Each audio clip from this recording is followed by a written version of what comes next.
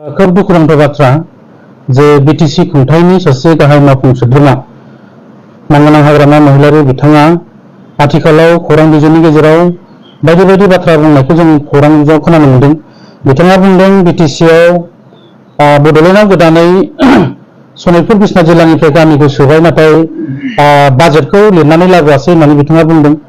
दा बिथाङा गोबां बाथ्रा बिटिआर एकर्डनि सोमोन्दै बा सनितपुर बिसनाथ जिल्लानि सोमोन्दै बुंदों। बेयाव जों थोंजोङै बुंनो सानगोन जे बिथाङा मिथिनांगोन जे दिनै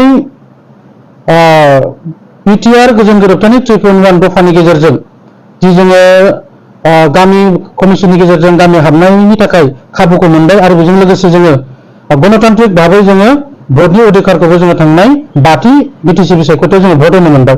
दा बिथाङा मिथिनांगौ जे भट होनो अधिकार मोनखांनायनि उनाव बे बे सुबुंफोरा जे बे ओनसोलनि जायो बिथाङा बेखौ मिथिनांगौ आरो बिटिसिआव जायफोर गामिफ्रा भट होनो मोनबाय बै भट होनो मोननाय गामिफोरनि थाखाय बिथाङा बाजेट बानायनांगौ बा बिथांमोननो बाजेटखौ अलरेडि बिटिसि एकर्डनि 5.8 दफा बायदियै रोखा लिरखानाय दङ जे आसाम सरकारा बोसोरफ्रोमबो पपुलेसन रेशियो हिसाबै बिथांमोना खेबनैयै बाजेट खालामनानै हरखायो।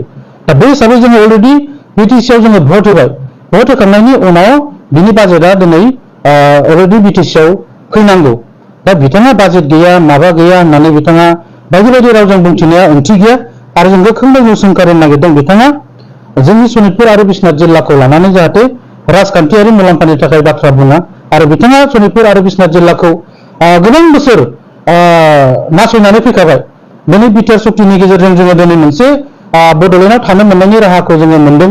दिनै बर'फोरनि जि थामोनथा रैखाथिनि जोंहा हा हुनि जेंना दिनै बिटिआर गोजोन गोरोबथानि 5.2 दफानि गेजेरजों जोङो सनितपुर जिल्ला आरो बिश्वनाथ जिल्ला गावखांनायनि उनाव 5.3 नि गेजेरजों सनितपुर जिल्लायाव 14,000 नि बारा जोंनि एफआरसिनि टाइटेल दाबिदारफ्रा दिनै दङमोन। दा 14,000 नि बारा टाइटेल दाबिदारफोरनि गेजेराव दिनै जोङो 5.3 बिटिआर सक्तिनि गेजेरजों दिनै 7,000 नि बारा दाबिदारफ्रा दिनै हानि फोरमान बिलाइखौ मोनबाय। दा अब्ला दिनै बिथाङा बेखौ बुजिनांगौ जे दिनै बिटिआर सक्तिनि गेजेरजों दिनै सनितपुर बिश्वनाथ जिल्लानि बर'फ्रा बड'लेण्डआव हाबबाय, माखासे लेन्ड टाइटेल सार्टिफिकेट मोनबाय आरो मोनबावनांगौ दङ। दा बिनि थाखायसो बिथाङा खामानि मावनांगौ आरो जोङो दिनै बड'लेण्डनि नागरिक हिसाबै दिनै मर्यादाखौ मोनबाय आरो मोननैसो गामिफ्रा हाबबावनांगौ दं। बेखौ सोसननानै जोंखौ पूर्णांग 100% जोंखौ बड'लेण्डनि नागरिक हिसाबै बिथाङा गनायथि मोननायनि थाखायसो खामानि मावनांगौ होननानै जोङो सानो आरो बेबायदि खौरां बिजोङाव सनितपुर आरो बिश्वनाथ जिल्लाखौ लानानै जानला मानला आबोल ताबोल बखिनायनिफ्राय हाग्रामा महिलारि बिथांखौ जोङो गोजानाव थानो खावलायदों।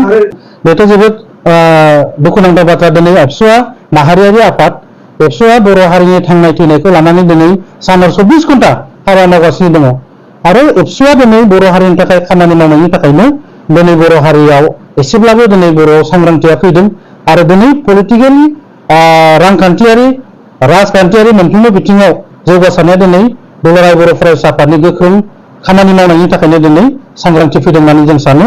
दा बे समाव दुलाराय बर' फरायसा आफादा दुलाराय बर' फरायसा आफादखौ बिथाङा गिदिर गिदिर थिकादारनि बाथ्रा बुंदों आरो लिडारफोरनि बाथ्रा बुंदों।